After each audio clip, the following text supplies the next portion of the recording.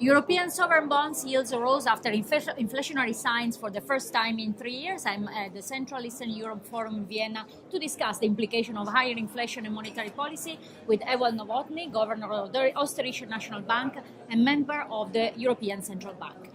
Thank you very much for joining us. Yes, thank you for inviting me here. So last year at this very conference, you warned governments to use the period of low interest rates to consolidate fiscal budgets. So what is your take a year on?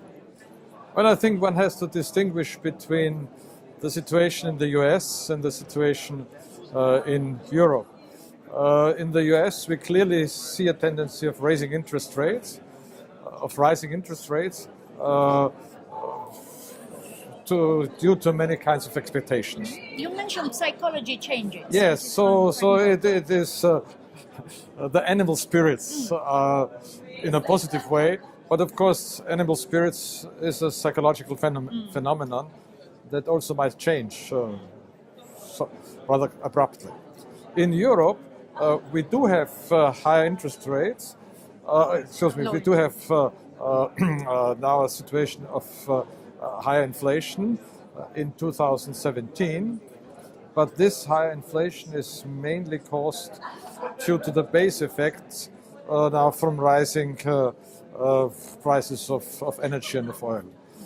So the core inflation is not moving very much, but of course we know that the core inflation with time also will be affected by. So we had an increase of 25% since mid-November when we had the open cut. So I wonder how long it's going to take before this filters through the core inflation. So of course this is a bit of an open question. One of the main let's say strategic points is wage inflation. And here, to be quite honest, for us, the most relevant country in this case is, of course, Germany. And we do have an expectation that in Germany there will be quite a substantial increase in wage dynamics. The German wage contracts, to a certain part, have been for 2 years. Many of them are ending in this year.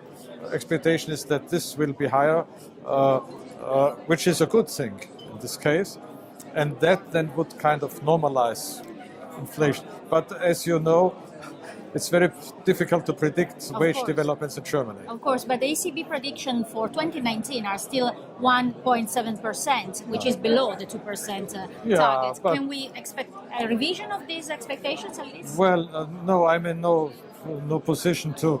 We don't have new forecasts for this. But on the other hand, also I want to say that the ECB has this definition of price stability, not above but close to 2%. But this is a medium term. So it doesn't mean that it has to be exactly 2%. Right. So there is a certain range. Okay. There is another element you touch upon, which is bank profitability, which is, of course, has been affected by low interest rates. There is also this aspect related to the NPLs. And you talk about a problem of visibility. Can you please explain us what we can expect for the banking system in 2017 and onwards? Well, basically, what we see is that we do have an increase in the long-term interest rates. So that means the interest rate curve is getting steeper. And this is a good thing for bank profitability. The other element is, of course, the question of NPLs. And here I think we do see a progress in that sense that we now have, due to EBA, a common definition what are NPLs. So, of course, banks have to have a realistic perspective. But I think from the point of view of the health of the banking system, that is okay. So we have to be based on realistic numbers, and so we have to solve this problem. There are, of course, especially now in Italy, they are about to solve this. And again, one has to be quite clear, also with speaking about Italy, this is not a problem of the Italian banking system. This is a problem of some specific Italian banks. Mm-hmm. It's not a systemic problem. You talk about differentiation and also about some aspect regarding transnational consolidation, especially in the CE. What is the expectation for M&A in the financial sector in this region?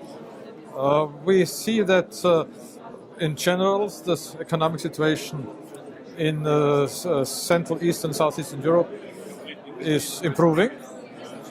That means that also the situation of the banks is improving. Of course, we have therefore chances that banks in this region become more attractive also for mergers, for foreign investors, and I expect that there will be a stronger interest. So what about the development of the local funding markets? Again, this is, I think, improving. And we have had, in some countries, a rather difficult discussion about lending in foreign currency. And I think there had been some lessons that had to be learned, so that for the lending in foreign currency, and also especially borrowing foreign currency, may be something of a risky thing, so that there is now a new awareness that local funding should play a bigger role, I think, in all the countries. Since you're mentioning FX factors and the CE appreciating currencies, how can you offset the potential negative impact of this? Well, you see, especially in those countries where we do have an appreciation, a tendency of appreciation, this is the result of a very strong economy. And to a certain extent, I think it makes sense to improve your outside situation by having a stronger currency. So, of course, this, let's say, in some cases, artificially low currency values had a reason, as long as it was extremely important to be strong on the export side.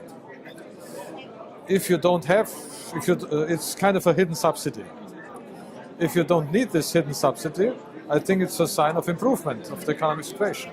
There is another observation that is coming from the IFO that suggests that ECB should put an end to the bond purchase program as soon as March this year, while the ECB is expecting to carry it along up until the end of 2017. Is there any indication you can give us on this front, given the pressure you're receiving from the major think tanks in Germany? We have made a decision last December, so this. With a reduced volume, but to go on till the end of this year. I see no indication and also no need to change this.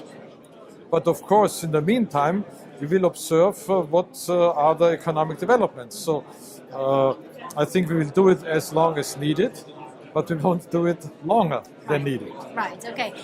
Just to conclude, there are so many factors that are affecting the geopolitical scenario around the world, and this is obviously supporting the call for caution that is coming from the ECB. How are you going to deal internally with all the potential changes in Europe, given the elections coming in different countries, Netherlands, France, and the potential polls also in countries such as Italy and potentially Greece? Yes, 2017 will be a very critical year, or is a very critical year, given the many elections that you mentioned. Of course, especially in very important countries like Germany and France. On the other hand, we are, let's say, the ground movement is more positive. So I think that I'm not extremely nervous about it. Where we will need a clear institutional setup, this is with all of this Brexit debate.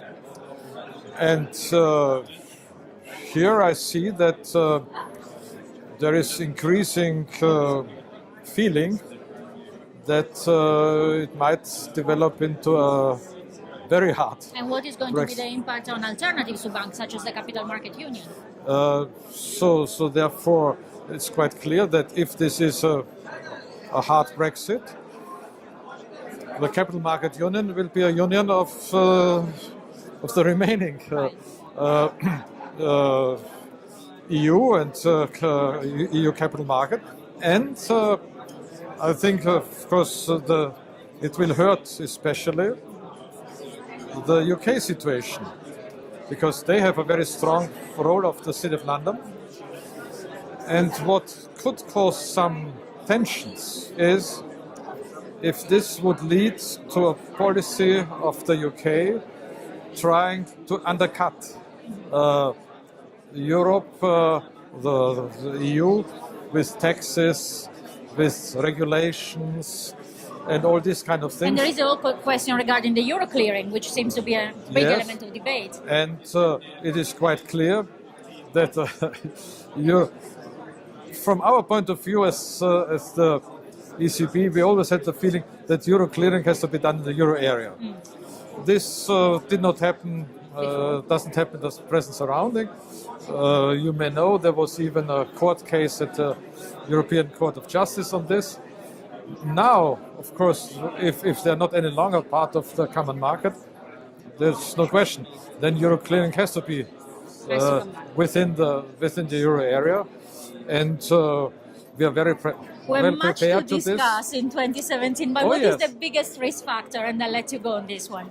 No, the biggest risk factor is the Brexit discussion, because it is not only a technical discussion, it is also a very sensitive psychological discussion, and so therefore I am taking this very seriously.